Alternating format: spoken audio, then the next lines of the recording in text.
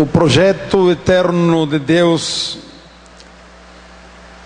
pode resumir-se em uma só palavra, que todos juntos vamos a declarar. Esse projeto eterno, que é a igreja, tem um propósito eterno: o louvor da glória de sua graça. A Ele seja a glória na igreja, em Cristo Jesus, por todas as idades, por os séculos dos séculos. Amém. Agora vamos a focalizar, queridos, quais são as três características essenciais da igreja, segundo o projeto eterno de Deus.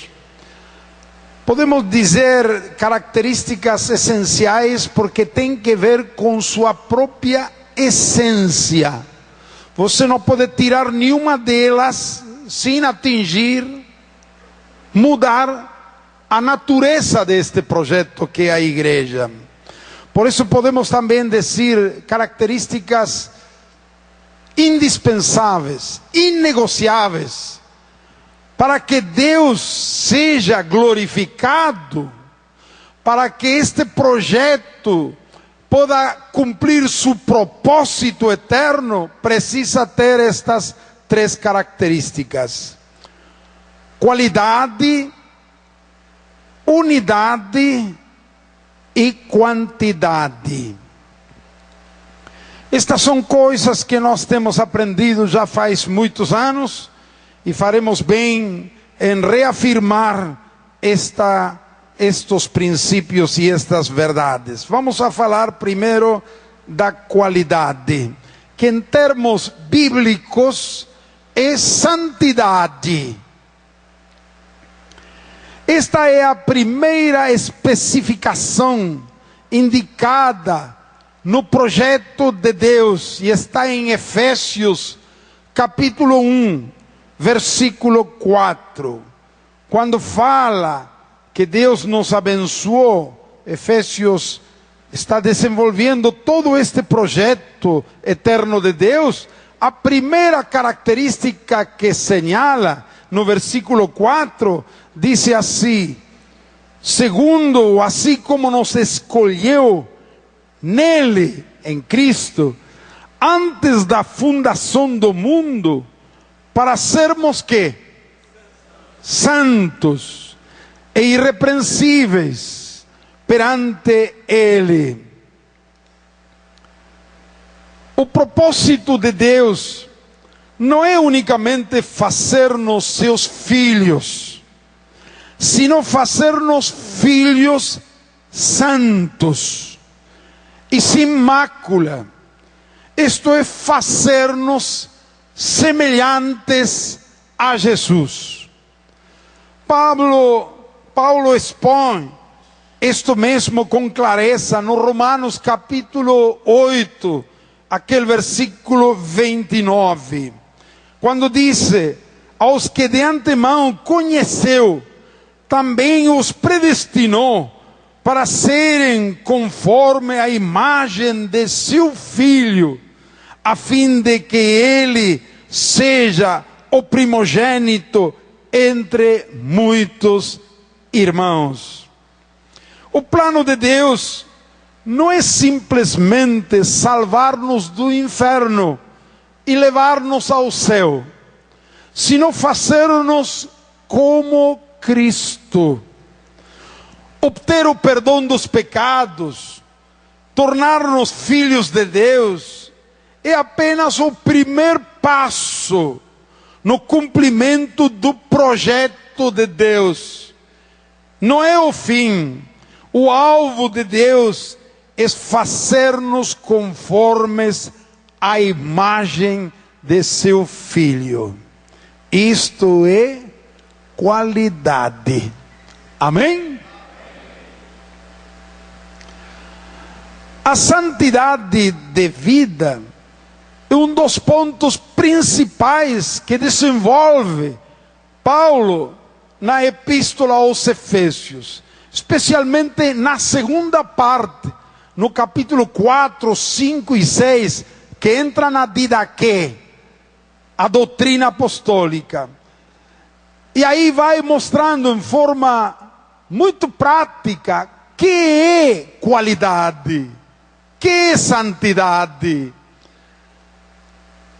E aí nós temos desenvolvimento da vontade de Deus na vida dos discípulos de Jesus, dos filhos de Deus. Não vamos entrar, você aqui tem os 3 capítulos de Efésios para ler e ver aqui especificamente que é qualidade, como é o povo que Deus quer edificar. E no capítulo 5 de Efésios, nos versículos 25 até o 27, Pablo declara aí novamente com clareza sobre esta qualidade.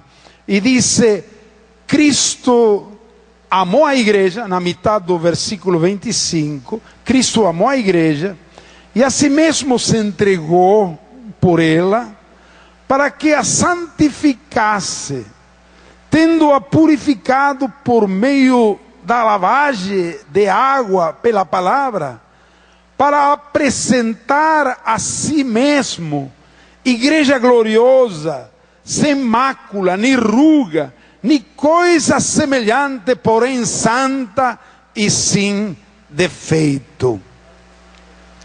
Este é o plano de Deus. Esta é a qualidade de igreja que Ele sonhou ter antes da fundação do mundo e está incluído no projeto eterno de Deus. Vamos passar à segunda característica da igreja.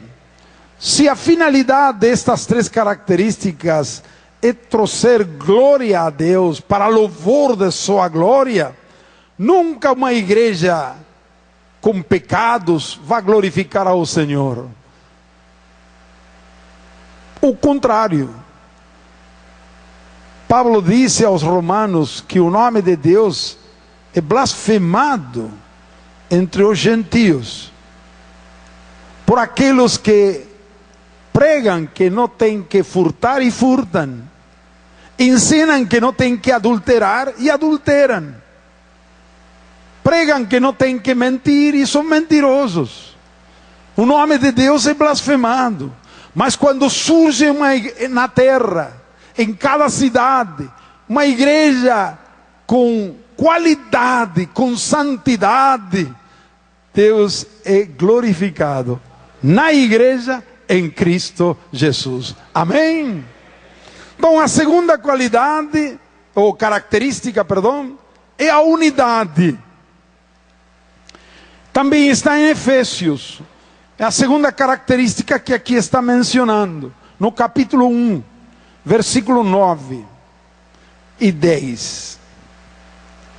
Diz aqui: desvendando-nos o mistério da sua vontade, segundo o seu beneplácito, que propusera em Cristo, de fazer convergir nele, na dispensação da plenitude dos tempos, todas as coisas, tanto os do céu como as da terra. Desvendando-nos o mistério de sua vontade, aquela vontade que Ele teve antes dos séculos, em seu coração, em sua mente, agora nos revelou o mistério de sua vontade. Já não temos desculpas para aceitar nenhuma divisão da igreja, porque Ele nos desvendou o mistério de sua vontade, revelou sua vontade. Antes era um mistério. Mistério é uma palavra grega que significa segredo. Aquele segredo que estava escondido por séculos em Deus, já foi revelado.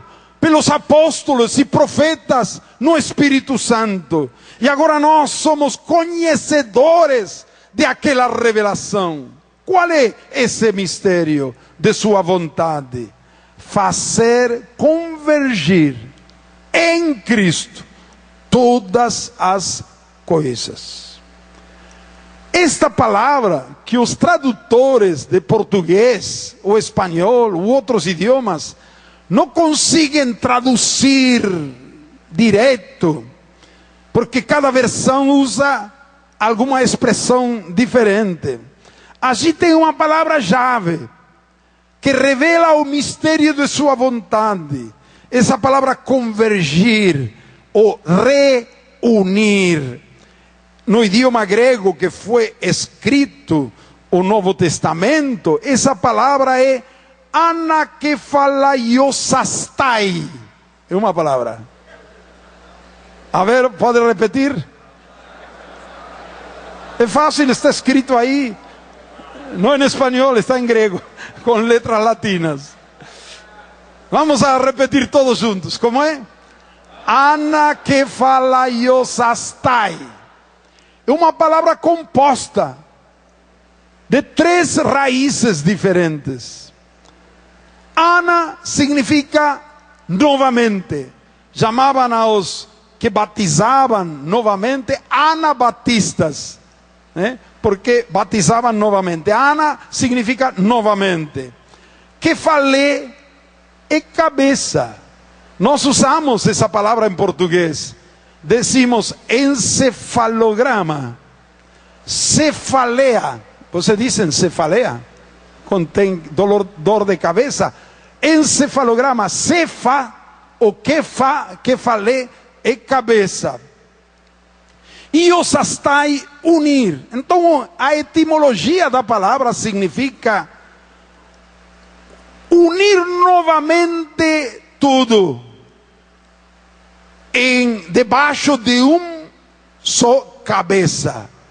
Essa cabeça é Cristo. Amém?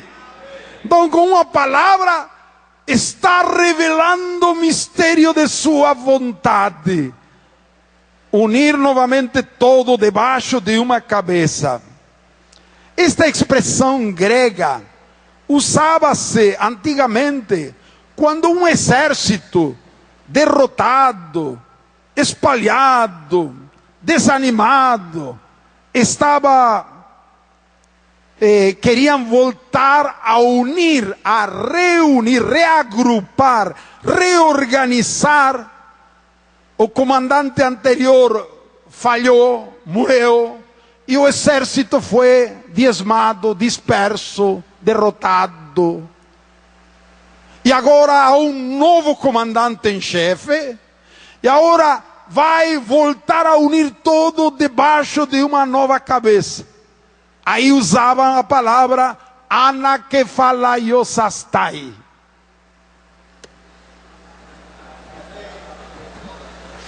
Então, queridos,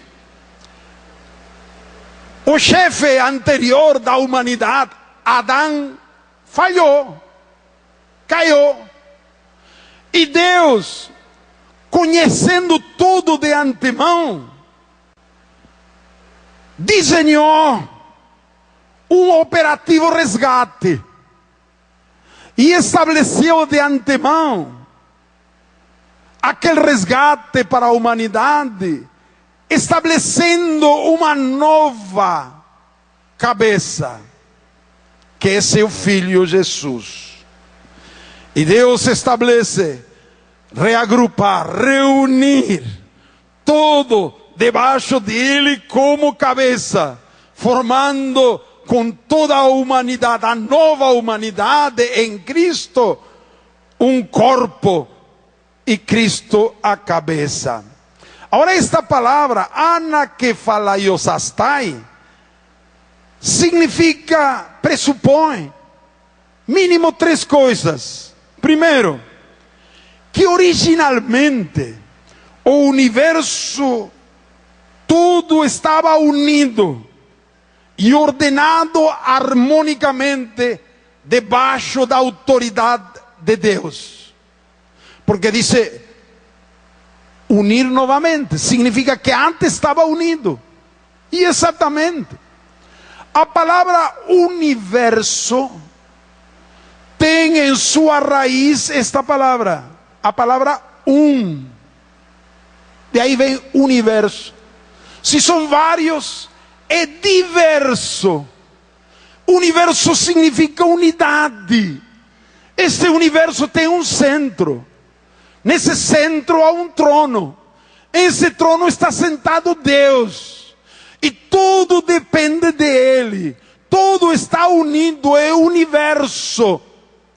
Deus está no trono. Mas uma coisa aconteceu. Aquela unidade foi quebrada por o pecado do homem. Morte significa separação. Alguma coisa aconteceu, e aconteceu o pecado. E rompeu aquela unidade do universo. O homem se revoltou contra Deus, seu Criador. E como o homem é a cabeça, ou cabeça da criação, da natureza, todo foi atingido por o pecado do homem. E todo foi afetado. Assim entrou no mundo o pecado, e por o pecado a morte. Morte significa separação, desintegração, corrupção. Isso veio por a morte por causa do pecado. Qual era o plano original de Deus? A unidade de tudo e de todos. Um mundo unido, maravilhoso, harmonioso, em que o homem vivera em comunhão e unidade com Deus, amando a Deus, adorando a Deus, obedecendo a Deus. Qual era o plano de Deus para a humanidade? A unidade do homem com os homens, a unidade do casal, um só carne. Sempre o plano de Deus, o projeto de Deus é unidade, porque Deus é um. Nós não somos politeístas, somos monoteístas. Temos um só Deus, 3 pessoas, mas um só Deus. E toda a natureza, a criação, expressa o caráter de Deus. Os céus contam a glória de Deus. E tudo que Deus criou é reflexo de seu caráter. Criou o homem, criou a mulher, mas uniu em matrimônio e declarou um só carne. E aí vem descendência e a multiplicação da raça humana. Qual era o plano de Deus? A unidade da humanidade. Um homem que ama a seu próximo como a si mesmo. A unidade do casal, a unidade da família, a unidade da humanidade. O projeto eterno de Deus era esse, uma sociedade unida, solidária, sem egoísmos, sem rivalidades. Uma humanidade que viva em paz e amor. Cada um enchido por o amor de Deus, amando a seu próximo como a si mesmo. Como seria o mundo que Deus desenhou se todo fosse assim? Mas alguma coisa aconteceu. O homem se revoltou contra o Senhor e, aceitando a proposta do inimigo de Deus, pecou. Assim entrou no mundo o pecado, a morte, e se quebrou a unidade do homem com Deus e a unidade do homem consigo mesmo, a unidade do homem com seu próximo.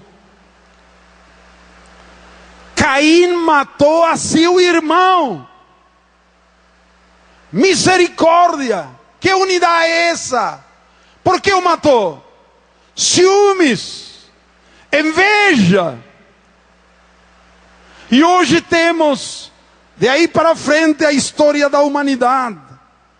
é uma história de brigas, homicídios, fratricídios, guerras, injustiças, divórcios, avareza, injusta distribuição das riquezas, conflitos sociais, discriminação racial. A história da humanidade se convirtió em uma história pintada, dizem, de sangue.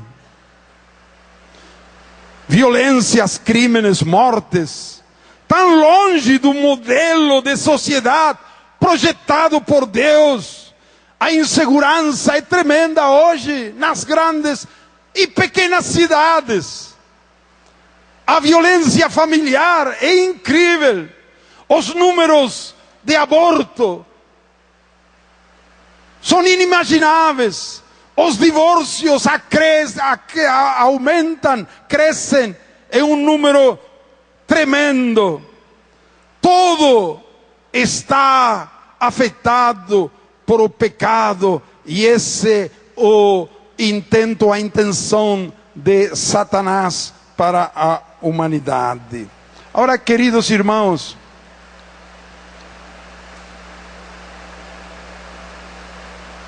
é um mundo assim, dividido, separado. Deus determinou. Anakephalaiosastai. Amém? Voltar a unir tudo em Cristo. Este é seu projeto. O homem aceitando o reino, com arrependimento, nascendo de novo, tornar-se uma nova criatura, reconciliando-se com Deus, reconciliando-se com seu próximo, perdoando e confessando suas faltas, o homem amando a seu próximo. Que é a igreja? Justamente, a igreja é a humanidade reconciliada. Amém? Aqueles que fugiram da morte, da corrupção, do pecado, e agora com Cristo como cabeça, novamente estão em unidade com Deus e com seus irmãos. Louvado seja o nome do Senhor. Amém? A igreja significa unidade, comunidade. Igreja é amor fraternal. Igreja é abraço de irmãos. Igreja é perdão, é reconciliação. Igreja é pão dividido. Igreja é comunhão de bens. Igreja é estar juntos e amarmos. A igreja na sociedade é o shalom de Deus, instalado entre os homens, para trazer paz à terra e manifestar no mundo o mais grande de todos os milagres, que é a unidade. Queridos, por isso é tão grave a divisão da igreja. Tão sério. Pode você aceitar que algum seja de Corinthians e outro de Palmeiras? Eu não sei os clubes. Alguns são de São Paulo, como é? Santos, Fluminense, porque isso é futebol, futebol. Para futebol tem que haver divisões. Veja, se chama partido. Partido? Partida. Por que partida? Porque está partida. Tem que haver dois oponentes, senão não há futebol. Para futebol tudo bem, tem que ser um de Fluminense, outro de Santos, e assim. Não vamos entrar em Brasil e Argentina porque estamos perdidos. Tem que haver futebol assim, partida. Está partida. Os partidos políticos, por que dizem partidos? Porque tem diferentes ideias, alguns por um lado, outros por outro, porque são partidos. Mas quando chegamos à igreja, misericórdia, é impossível que a igreja tenha partidos. Uns com um nome, outros com outro nome, um com uma camiseta, outros com outra camiseta. Camiseta? É impossível, porque a igreja não pode haver partidos. A igreja é o do inteiro. O inteiro ou partido. Infelizmente, hoje a igreja está dividida. Deus nos revelou o mistério de sua vontade. Voltar a unir a todos debaixo da autoridade de Cristo. Qualquer divisão da igreja é inadmissível. Está em contra do projeto de Deus. A divisão atual da igreja não tem nenhum fundamento bíblico, nem teológico, nem eclesiológico. Só pode se explicar como aconteceu. Só pode haver descrições históricas de como aconteceram as divisões, mas não tem nenhum fundamento. Queridos irmãos, Deus não abandonou seu projeto eterno. O Todo-Poderoso está no trono, e aquele que tem toda a autoridade nos céus e na terra está à direita do Pai. Tenho uma boa notícia: Deus vai conseguir aquilo que se propôs em si mesmo. Louvado seja seu nome.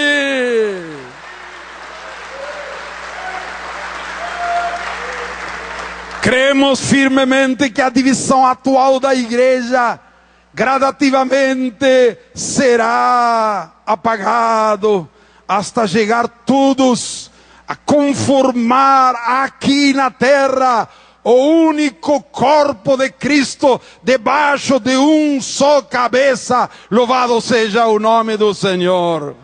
A oração de Jesus em João 17 será plenamente respondida por o Pai. Pai, que todos sejam um, para que o mundo creia que tu me enviaste. Seremos um, e o mundo vai crer. Aguarda um momento. Amém? Muito bem. Vamos à terceira característica. Quantidade. Quantidade. E aqui quero introduzir uma pergunta muito importante para responder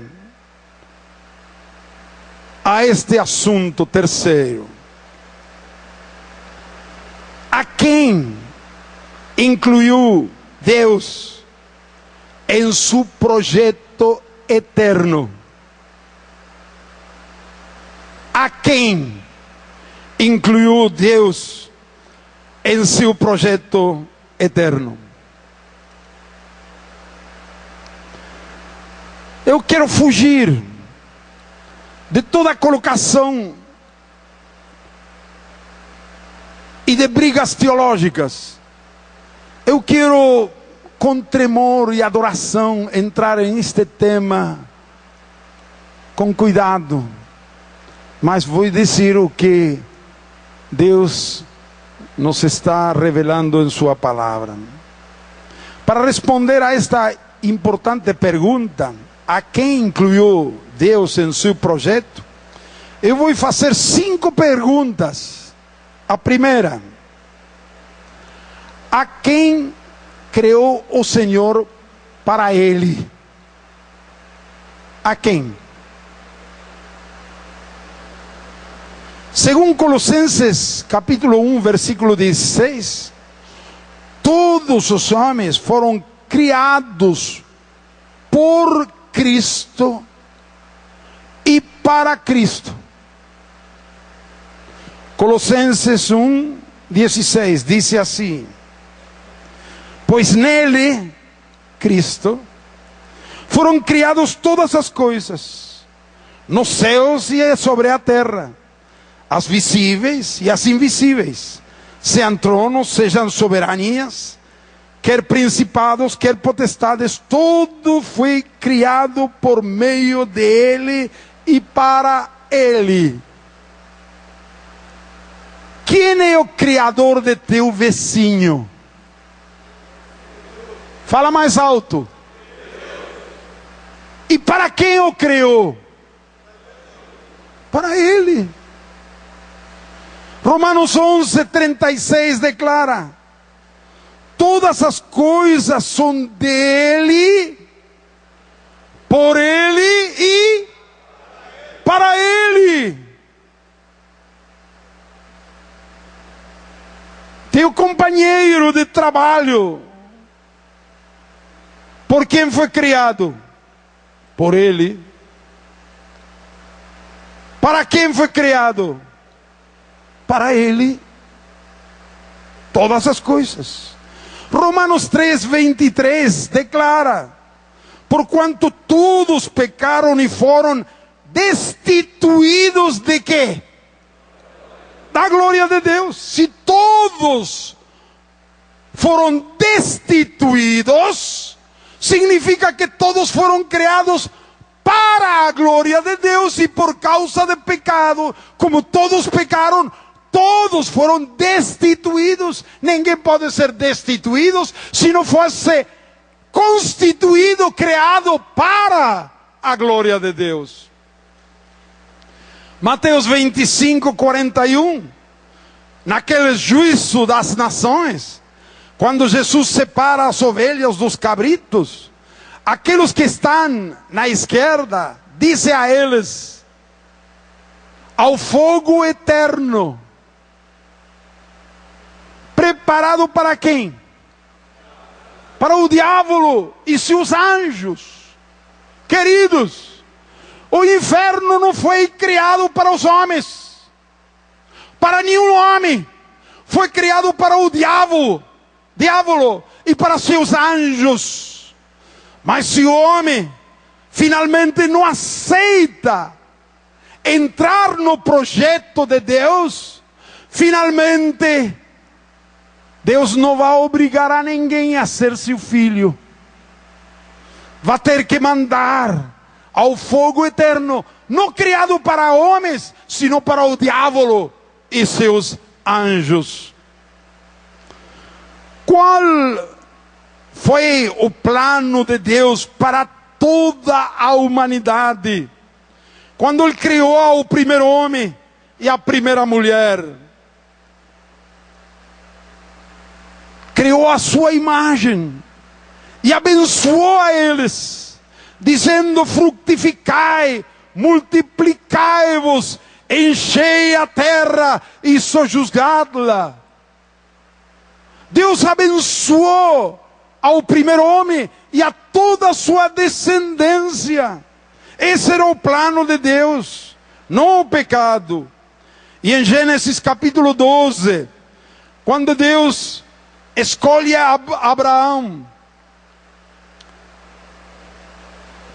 e envia, Abraão obedece e sai daquela terra onde ele morava, e Deus disse: em tua semente serão abençoadas quantas famílias?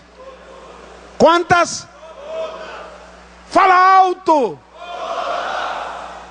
Todas as famílias da terra. Esse é o coração de Deus. Esse é o plano de Deus. Por isso enviou a seu filho, simiente de Abraão, para abençoar a todas as famílias da terra.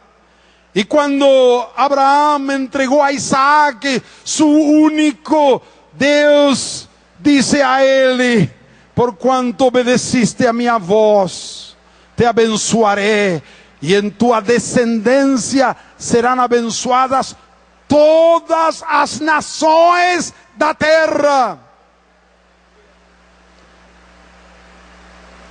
Deus disse a Abraão: sai de tua tenda, olha para o céu, uma noite escura, veja as estrelas dos céus, conta, a ver se pode.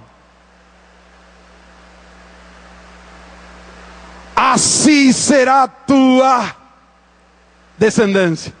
Amém? Sabe o que fez Abraão? Criou a Deus. Criou a Deus. Abraão, assim será a tua descendência. Ainda não tinha um só filho, mas ele criou a Deus. E foi contado por justiça. Louvado seja o seu nome. Sabe o que falam as estrelas dos céus? Quantidade. Amém? Quantidade. Agora a segunda pergunta: a quem redimiu Jesus na cruz? Responde: a quem? João Batista declara, ao ver a Jesus: este é o Cordeiro de Deus que tira o pecado do mundo.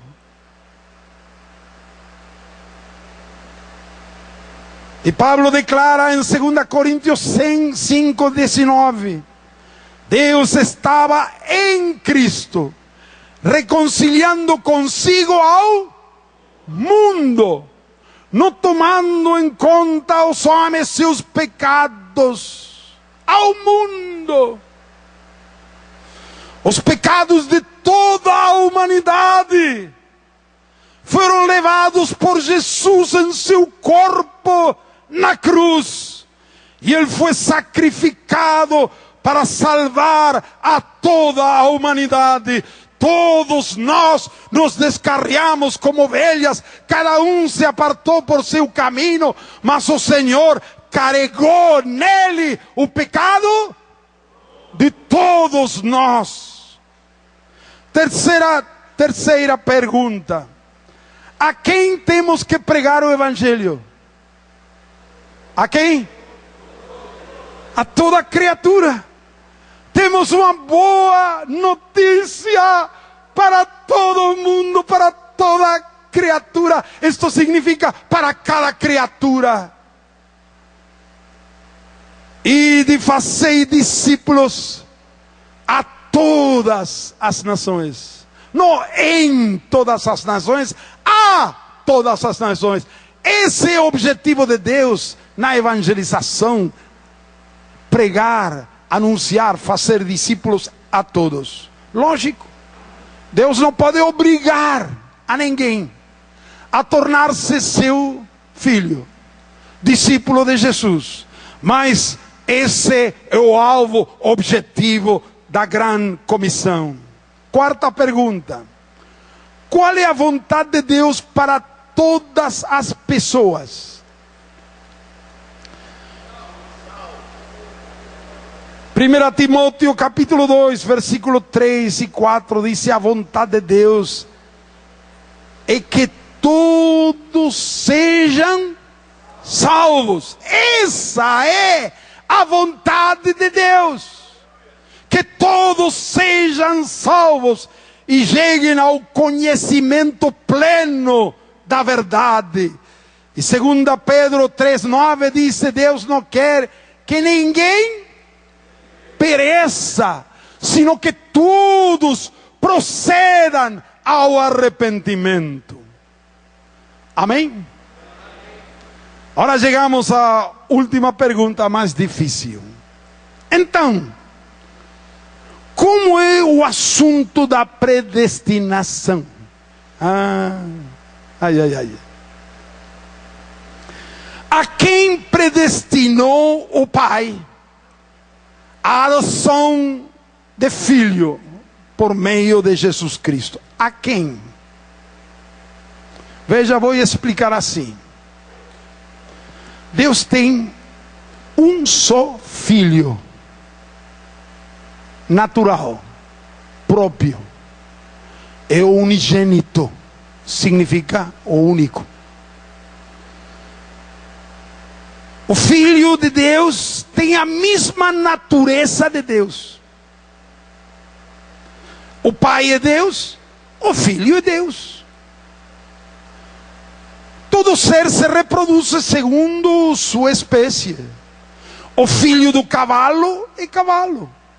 O filho da vaca é vaca. O filho do palomo, pomba é pomba. O filho da ovelha é ovelha. O filho do homem, que é homem. O filho de Deus é Deus. Deus tem um só filho. Ser de seu ser, vida de sua vida, luz de sua luz, a mesma e completa natureza do Pai está no Filho, é o Filho. Declarar que Jesus é o Filho de Deus é declarar que Ele é Deus. Isso que não compreendem os testemunhos de Jeová.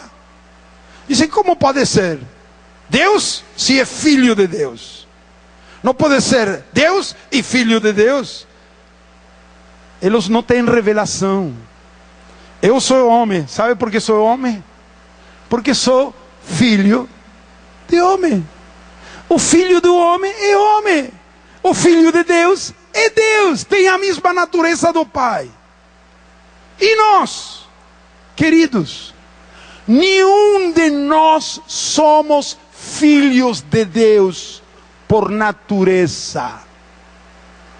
Nós somos criação de Deus. Nós somos criaturas de Deus, não filhos de Deus por natureza. Pero Deus, em seu projeto eterno, decidiu, se propôs em si mesmo criar-nos do pó da terra para a adoção de filhos por meio de Jesus Cristo. Amém? Nós somos filhos adotivos. Amém? Por isso dice, em amor nos predestinou para a adoção de filhos por meio de Jesus Cristo. Agora, para que esta adoção não fosse só um assunto de legal, papéis, Deus enviou a nossos corações o Espírito de seu Filho. Amém? E fomos gerados de novo pelo Espírito de Deus. Agora nós temos, sendo adotivos, filhos adotivos, temos em nós o Espírito de seu Filho, que podemos clamar ao Pai com o mesmo sentimento, com o mesmo Espírito de seu Filho e dizer: Pai, Abba, Papai, com o mesmo sentimento que seu Filho Jesus Cristo. Amém. Louvado seja seu nome. E temos, por esse Espírito, a natureza de Deus. Somos feitos participantes da natureza divina. Aleluia! Por isso declaramos o projeto eterno de Deus, é ter uma família de muitos filhos semelhantes a Jesus. Essa palavra muitos, a quem abrange? Esse desejo de Deus, que todos sejam salvos, todos, ninguém pereça. Por isso morreu Cristo por todos. Queridos, nós cremos na predestinação, não no destino. Não no destino, não. Na predestinação, que é uma coisa diferente. Nós somos cristãos, nós somos muçulmanos.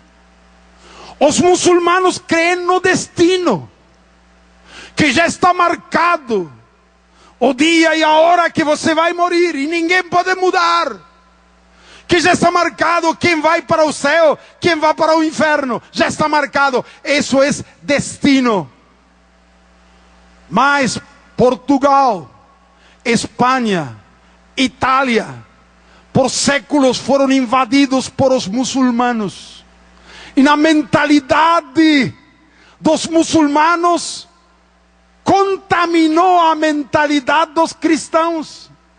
Por isso muitos não têm clareza, confundem predestinação com destino. O muçulmano diz: ninguém morre na véspera. Véspera. Ninguém morre na véspera. Assim falava nosso ex-presidente Carlos Menem, porque ele, ainda que se convirtiu ao catolicismo, sua mentalidade é muçulmana. E ele dizia: não precisa guarda-costas, ninguém mora na véspera. Isso não é bíblico, não é cristão.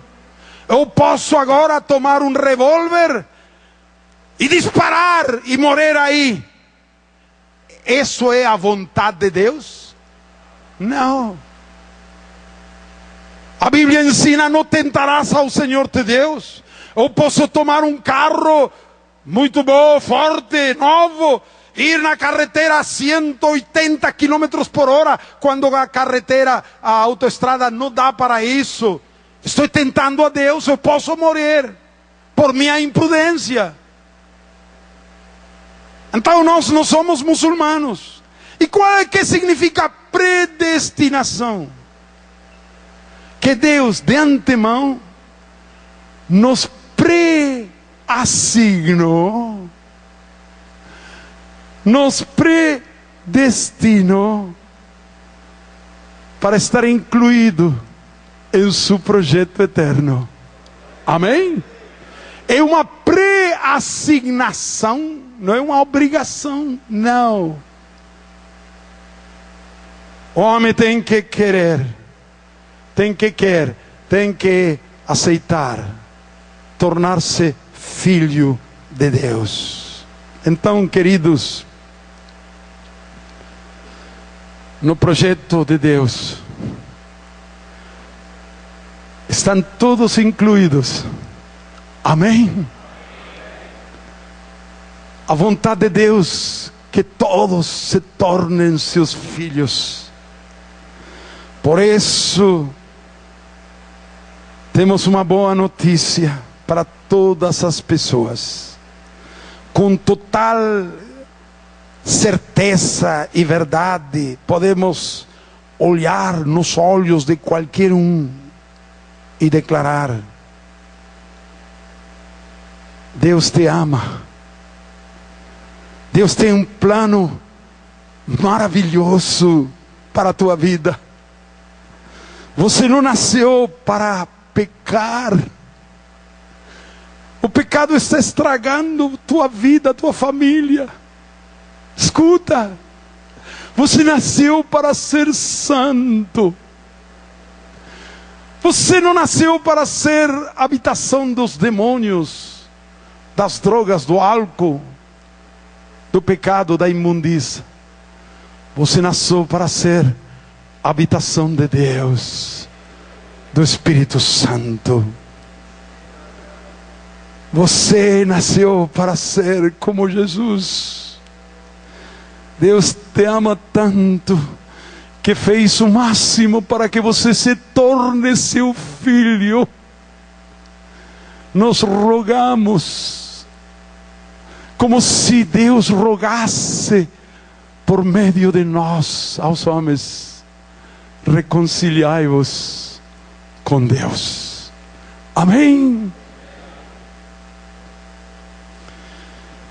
Infelizmente não todos responderão positivamente ao chamado do Senhor.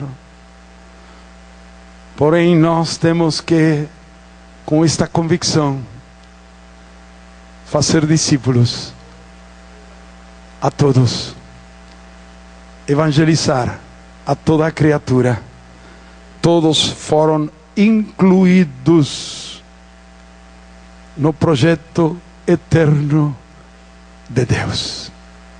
Amém. Imagina você, como seria esta nação tão linda, tão abençoada por Deus, Brasil, se desde a presidente da nação até o último morador de Brasil, todos vivessem segundo a vontade de Deus. Como seria? Como seria? Fala.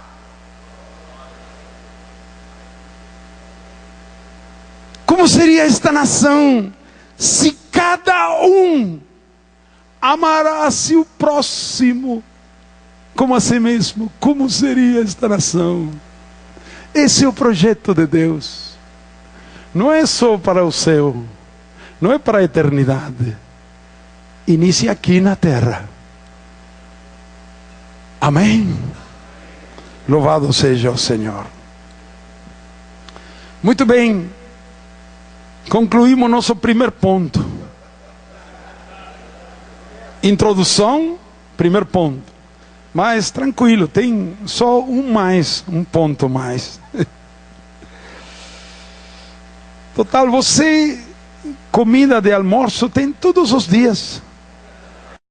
Para a edificação da igreja é o projeto eterno. Está em Efésios. Qualidade.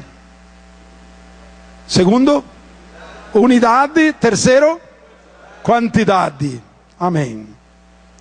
Agora vamos ver nossa segunda referência absoluta para a edificação da igreja. É aquilo que Deus declarou que acontecerá com sua igreja antes do retorno de Cristo.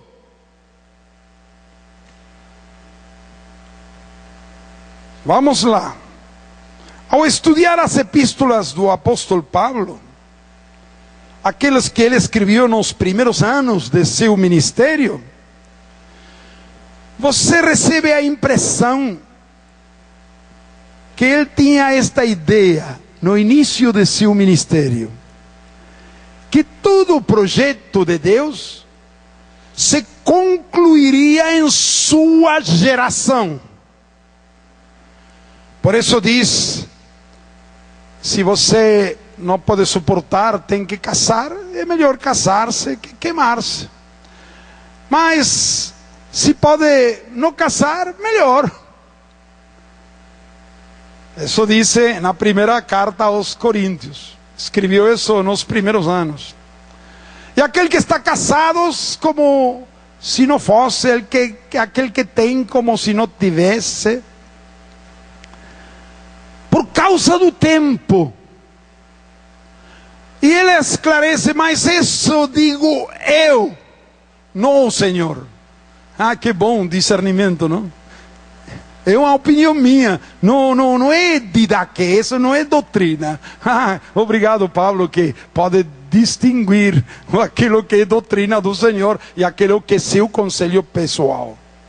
Mas quando você lê as últimas epístolas, por exemplo, aos Efésios, que escreveu desde a prisão de Roma, e outras epístolas, você já percebe que Paulo está falando dos séculos venidouros, que já compreendeu que aquele eterno projeto de Deus não vai acontecer em sua geração, sino ao longo da história, e vai completar-se antes da volta de Cristo aqui à terra.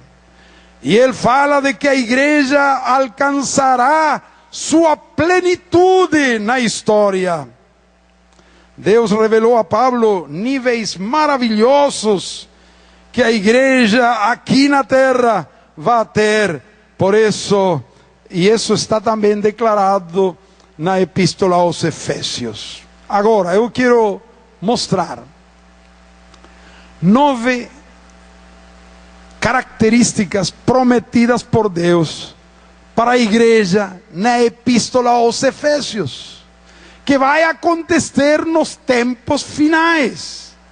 E se você quer ler em português, porque o papel, aí as apostilas estão em espanhol, você pode abrir comigo em Efésios capítulo 2, versículo 8.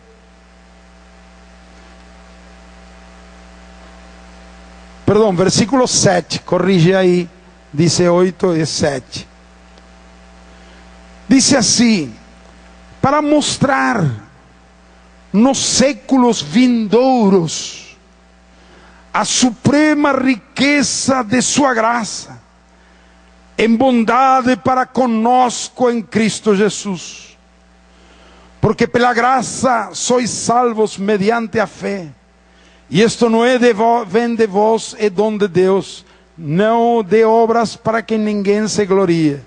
Pois somos feitura dele, criados em Cristo Jesus para boas obras, as quais Deus de antemão preparou para que andássemos nelas. Paulo está visorando, olhando para os séculos venidouros. Como é? Vindouros. Que a igreja vai manifestar ao mundo a bondade, a graça de Deus. Como? Através de suas boas obras, as quais Deus preparou de antemão, para que andivêssemos nelas. Assim a igreja manifestará ao mundo a grandeza da graça, da bondade de Deus, através de suas boas obras. Séculos vindouros. Em outro lado fala deste século e vindouro em singular. Isso está referindo-se àquele século depois, como uma era depois da vinda de Cristo. Mas aqui fala de séculos em plural, e está falando de séculos cronológicos que vai a igreja atingir, vai ser a manifestação maravilhosa da graça de Deus através de suas boas obras. Veja, irmão, o que Paulo está vislumbrando,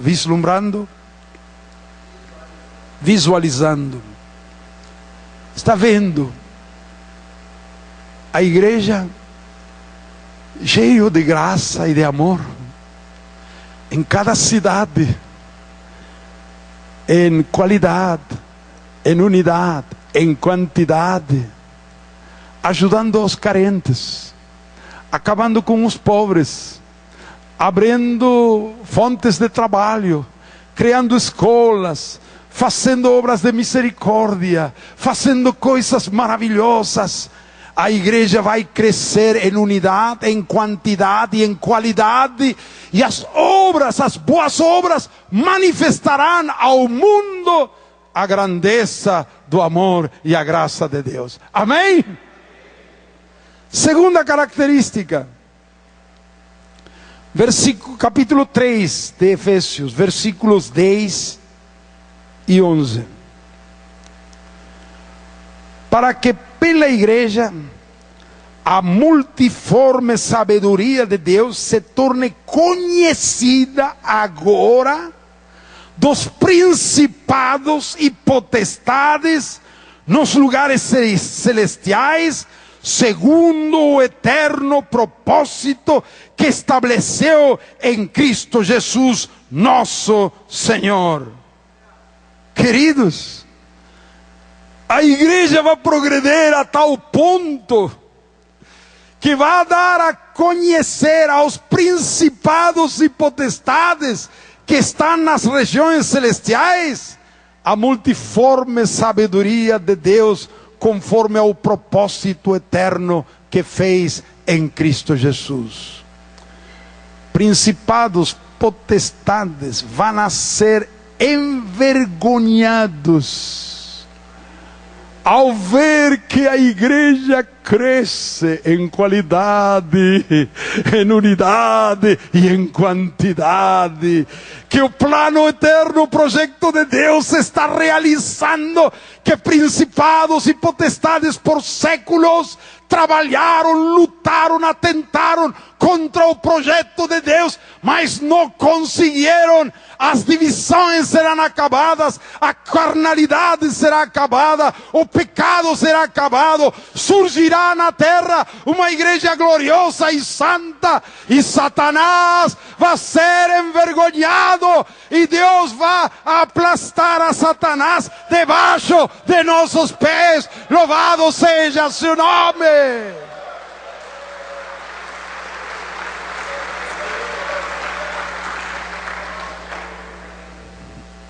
A terceira característica da igreja, capítulo 3, versículos 18 e 19. Diz assim: a fim de poderdes compreender com todos os santos qual é a largura e o comprimento e a altura e a profundidade, e conhecer o amor de Cristo. Esse conhecimento não é intelectual, não é experimental. Conhecer o amor de Cristo que excede todo o entendimento, para que sejais tomados de quanto? De toda a plenitude de Deus. Aleluia! A igreja, em comunhão com todos os santos, vai compreender essas 4 dimensões do amor de Deus, vai experimentar o amor de Cristo, e assim vai ser cheia de toda a plenitude de Deus. Uma igreja cheia de Deus, da plenitude de Deus. Louvado seja o Senhor. Você crê? Está escrito. Vai acontecer, para que sejais cheios de toda a plenitude de Deus. Quarta característica, versículos 11 e 12. Capítulo 4 agora, versículos 11 e 12. E ele mesmo concedeu uns para apóstolos, e outros para profetas, outros para evangelistas, e outros para pastores e mestres, com vistas ao aperfeiçoamento dos santos, para o desempenho de seu serviço, para a edificação do corpo de Cristo. Queridos irmãos, Deus vai levantar em sua igreja apóstolos, profetas, segundo seu coração, segundo sua revelação, apóstolos, profetas, evangelistas, pastores e mestres, todos juntos, edificando e preparando, capacitando aos santos para a obra do ministério, para a edificação do corpo de Cristo. todos os santos sendo capacitados por todos os ministérios unidos para a edificação do corpo de Cristo. Louvado seja o nome do Senhor. Aleluia. Vai acontecer porque está escrito, é palavra do Senhor. Número 5, quinta característica, versículo 13. Até que todos, quantos?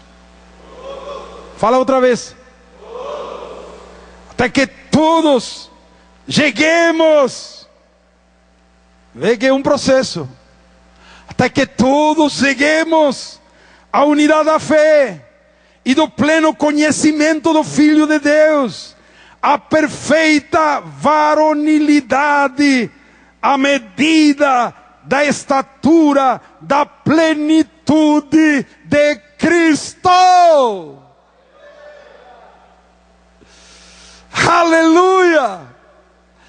A igreja vai progredir na unidade da fé. Hoje não temos unidade da fé. Muitas coisas cremos igual, mas temos divergências. Mas todas as divergências vão a sumir, vão a cair. Amém? Como? A igreja vai voltar à doutrina de Jesus, que é a doutrina do Pai, que é a doutrina dos apóstolos. Doutrina do Pai ensinou Jesus, os apóstolos a doutrina de Jesus, e todos nós voltando, deixando nossas doutrinas particulares e voltando à palavra, voltando a didaquê, voltando ao querigma apostólico, e através da revelação do conhecimento do Filho de Deus, vamos chegar todos à unidade da fé. Louvado seja o Senhor. Amém?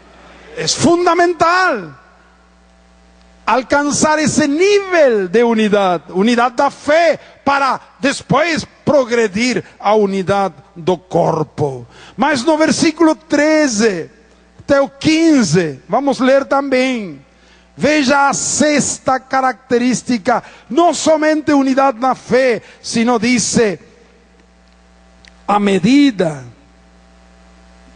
Podemos ler assim, até que todos cheguemos à medida da estatura da plenitude de Cristo, para que não mais sejamos como meninos, agitados de um lado para outro e levados ao redor por todo vento de doutrina, pela artimanha dos homens, pela astúcia com que induzem ao erro, mas seguindo a verdade em amor, cresçamos em tudo naquele que é a cabeça, Cristo.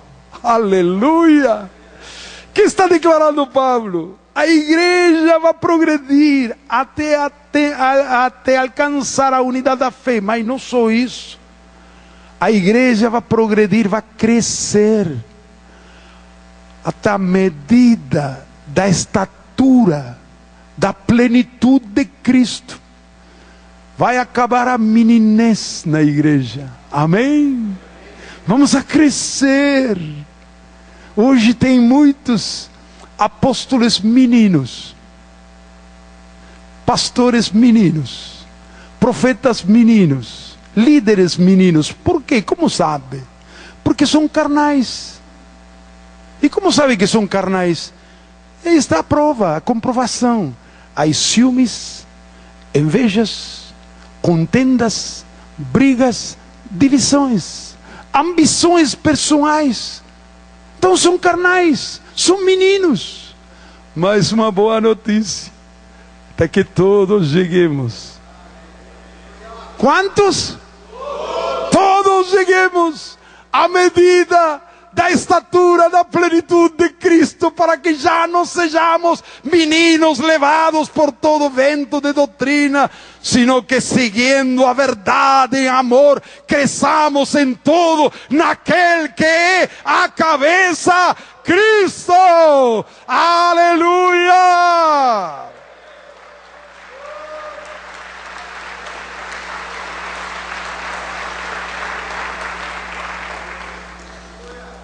Estou procurando obedecer o que Jamé pregou ontem.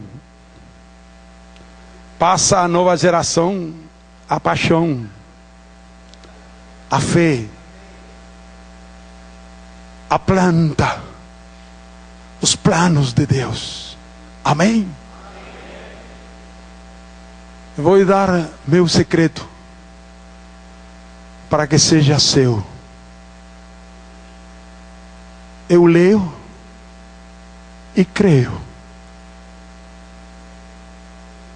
Amém? É simples, não? Pegou? Leio e creio.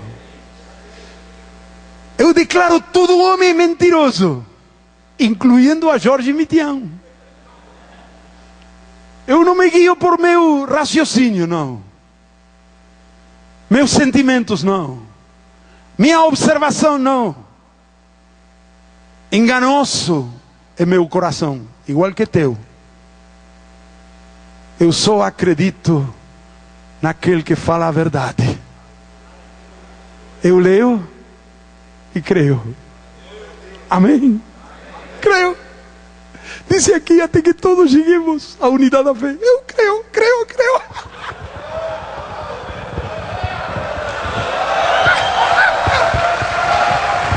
Eu creio. Creio. Até que todos cheguemos à medida da plenitude de Cristo. Eu creio, creio, creio, creio. Eu posso pular, rodar, ou não fazer nada. Não tem importância. Você não sabe as coisas que eu faço quando estou em meu quarto. Mas não importa. O único que importa, que creio. Amém? Não olha para a história. Não faz seu raciocínio. Não, não. Leia e creia. Amém. Louvado seja o Senhor. Às vezes me esqueço que já cumpri 70 anos. Não vai falar nada a Silvia disto, hein? Por favor, apaga aquele. Muito bem. Agora pergunto: chegaremos?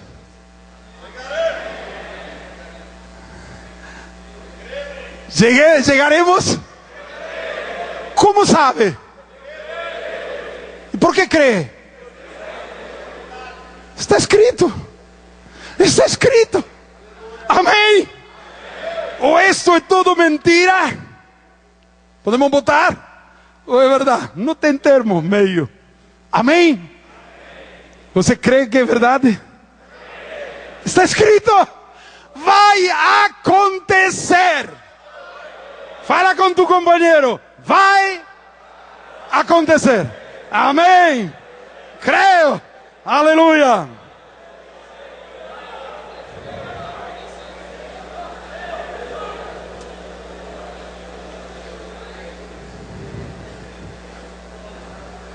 A sétima característica: a igreja alcançará sua unidade total como um só corpo, bem concertado e unido entre si por as conjunturas do corpo.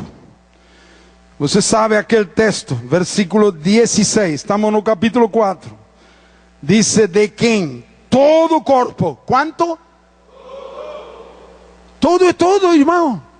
Todo corpo, bem ajustado e consolidado pelo auxílio de toda a junta, segundo a justa cooperação de cada parte, efetua seu próprio aumento para a edificação de si mesmo em amor.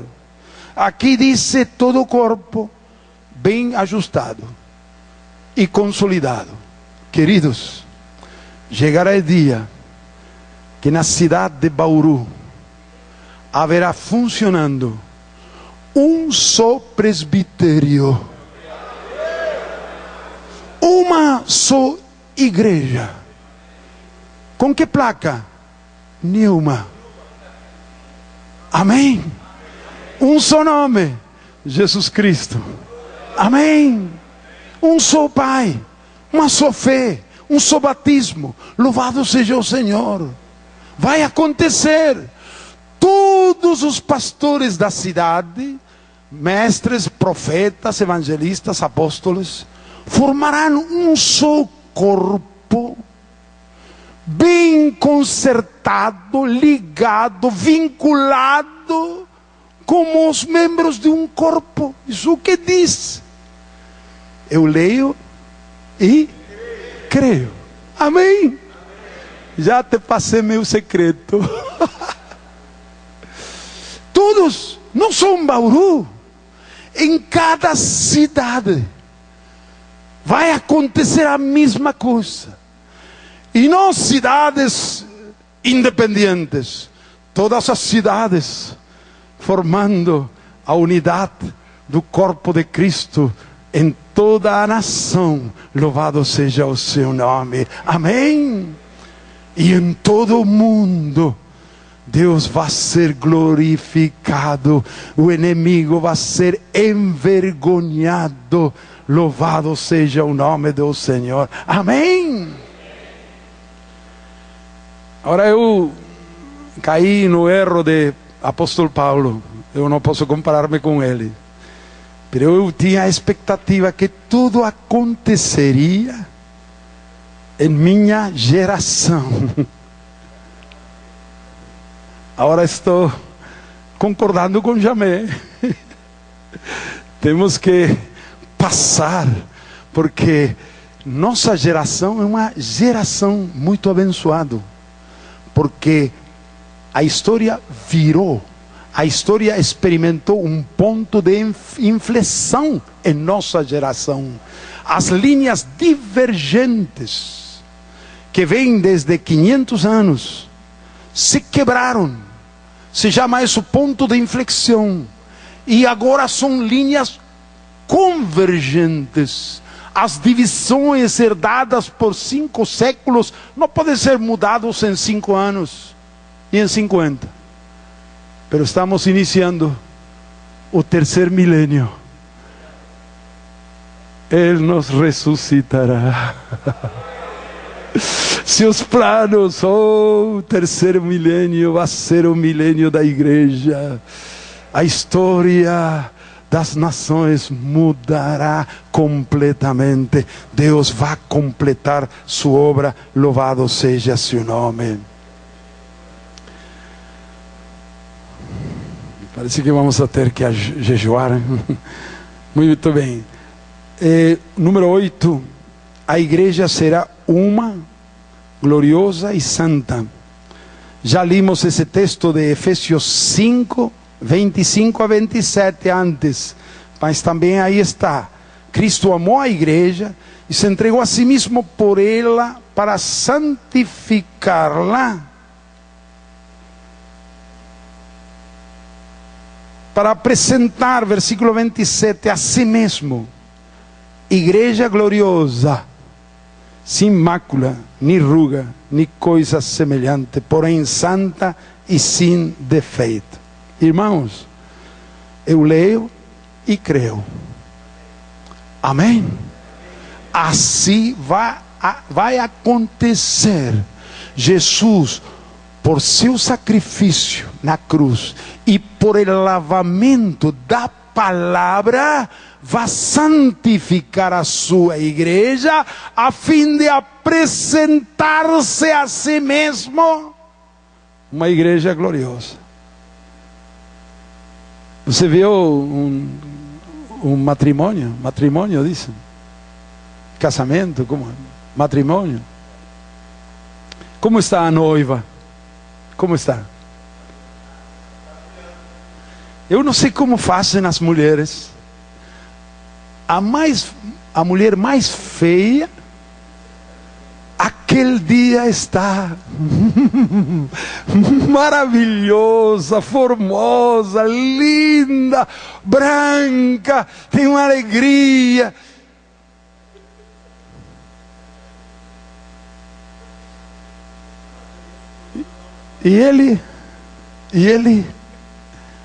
E essa preparação da noiva, ele não confia em ninguém. Ele mesmo vai santificar, amém? Por sua palavra. E a igreja, quando chegue aquele dia, Jesus volte, vai apresentar-se uma igreja gloriosa, santa, sem mácula, nem ruga. Louvado seja o Senhor. Vai acontecer, amém? Você crê? Se você crê, fala, vai acontecer. Aleluia. Oh.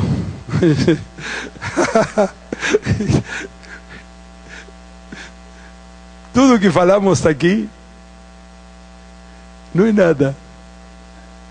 Nossa compreensão é muito ainda pequena perante desse projeto eterno. Tudo aquilo que declaramos, que às vezes parece um exagero, irmãos, não é nem sequer 5% de aquilo que vai acontecer. Estou exagerando? Não, veja. Capítulo 3, versículo 20. O que Paulo diz: ora, aquele que é para fazer como? Infinitamente mais. Quanto? Infinitamente mais do que tudo quanto pedimos ou pensamos, conforme ao seu poder que opera em nós. Amém? Tudo que Paulo teve de revelação escreveu aqui, mas, irmãos, nós podemos orar, podemos pensar, podemos entender, podemos imaginar, mas Deus vai ser infinitamente mais de aquilo que nós pedimos ou entendemos, segundo o poder que atua em nós. Amém? Eu leio e creio. Amém? Aleluia. O que fazemos? Concluir. Bom, vou só mencionar as 9 profecias para os séculos finais. Primeiro, você tem aí os textos, depois por favor leia cada um em oração. Derramamento do Espírito Santo sobre toda a carne. Vai acontecer. A evangelização mundial profetizada por Jesus, que será pregado este evangelho do reino em todo o mundo para testemunho a todas as nações, então vendrá o fim. Vai acontecer. Todas as nações conhecerão a glória de Deus, porque a terra será cheia do conhecimento da glória do Senhor, como as águas cobrem o mar. Amém? Eu leio e você declara, vai acontecer. Como são nas nações, maior glória na igreja. Aí está na Ageu.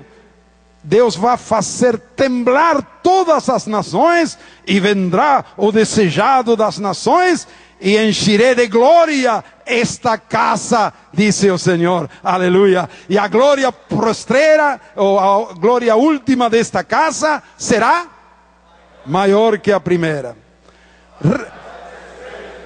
Reconciliação generacional entre pais e filhos. Malaquias 4, 5 e 6. Farei voltar o coração dos pais para os filhos, e o coração dos filhos para os pais. não seja que venha e fera a terra com maldição. Então disse o profeta, os envia o profeta Elias antes que venga o dia grande do Senhor. Amém. Acontecerá nos últimos tempos que será confirmado o monte da casa do Senhor como cabeça dos montes. Qual é a casa do Senhor? Qual é? A igreja. O monte da casa do Senhor como cabeça dos montes, e será exaltado sobre os collados, e correrão a ele todas as nações, e vendrão muitos povos e dirão: vinde, subamos ao monte do Senhor, à casa do Deus de Jacó, e nos ensinará seus caminhos, e caminharemos por suas sendas, porque de Sião saldrá a lei, de Jerusalém a palavra do Senhor, e julgará entre as nações e repreenderá a muitos povos. Louvado seja o Senhor. Vai acontecer. Amém. Conversão de Israel e avivamento mundial. Se sua transgressão é a riqueza do mundo e sua defecção a riqueza dos gentios, quanto mais sua plena restauração. Porque se sua exclusão é a reconciliação do mundo, que será sua admissão, sino vida entre os mortos? Acontecido a Israel endurecimento em parte, até que haja entrado a plenitude dos gentios, e logo todo Israel será salvo. Oh, aleluia! Louvado seja o Senhor. Com Israel convertido ao Messias, o avivamento está garantido, queridos. Se cumprirá plenamente a oração de Jesus, João 17. Pai, que tudo seja um, para que o mundo creia que tu me enviaste. Amém. Seremos um, e o mundo creerá que Jesus Cristo é o Senhor. Jesus cumprirá plenamente o que prometeu, completará a edificação de sua igreja, e as portas do Hades não poderão resistir ante o glorioso avanço da igreja. Edificarei minha igreja, e as portas do Hades não prevalecerão contra ela. Aleluia. Tem que ler a conclusão, me desculpa, John. O Senhor disse a Abraão, deu a promessa que seria herdeiro do mundo. Uau! Herdeiro do mundo. E no mesmo capítulo 4 de Romanos, diz assim, como está escrito, Romanos 4, 17: por pai de muitas nações te constituí, perante aquele no qual creu, o Deus que vivifica os mortos e chama à existência as coisas que não existem. Abraão, esperando contra a esperança, creu, para vir a ser pai de muitas nações, segundo lhe fora dito: assim será a tua descendência. E sem enfraquecer na fé, embora levanta-se em conta a seu próprio corpo amortecido, sendo já de 100 anos, e a idade avançada de Sara, humanamente era impossível, irmãos. Não duvidou por incredulidade da promessa de Deus, mas pela fé se fortaleceu, dando glória a Deus, estando plenamente convicto de que Ele era poderoso para cumprir o que prometerá.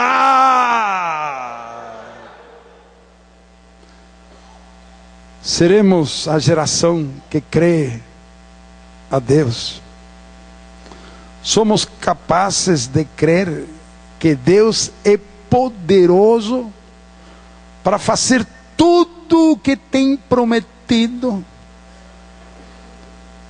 Nos dias de Moisés, a geração que não creu a Deus morreu no deserto, sem alcançar a terra prometida, com exceção de Josué e Caleb, que guiaram a nova geração. Se uma geração não crê, Deus disse: vamos esperar 40 anos, até que surja uma geração que crê. Seremos nós essa geração que crê? Deus perguntou a Ezequiel: filho do homem, viverão esses ossos? Senhor, você que sabe. Ezequiel, você tem razão, eu sei. Então profetiza sobre estes ossos e di: ossos secos, ouvid palavra do Senhor. Assim ha dito o Senhor a estes ossos: eis-me aqui, eu faço entrar espírito em vós e vivereis. Irmãos, profetizar é dizer o que Deus nos disse que nós temos que dizer. E Ezequiel disse: profetize, pois como me foi mandado. E houve barulho, e ossos se ajuntaram, cada osso com seu osso, ante o quadro atual de uma igreja dividida, com muitas máculas e rugas, com uma liderança carnal, e competindo por ter a igreja maior do mundo, maior fama, maior poder, ante o quadro de uma igreja voltada para o materialismo e a mundanalidade. Hoje nos pergunta o Senhor: filho de homem, alcançará a igreja a unidade da fé? Voltará a ser um só corpo em cada cidade, em cada nação e no mundo? Chegará a igreja a ser gloriosa, santa, sem mácula nem ruga? Voltará a ser o sal da terra e a luz do mundo? Será novamente fator de transformação social em meio das nações? Você crê, disse Deus, que eu sou poderoso para fazer tudo o que está profetizado e está escrito em minha palavra? Se você crê, profetiza, proclama com tua boca aquilo que eu declaro em minha palavra. Se você crê em teu coração e declara com tua boca, que vai acontecer o que você crê e proclame, acontecerá. Louvado seja o nome do Senhor. Amém.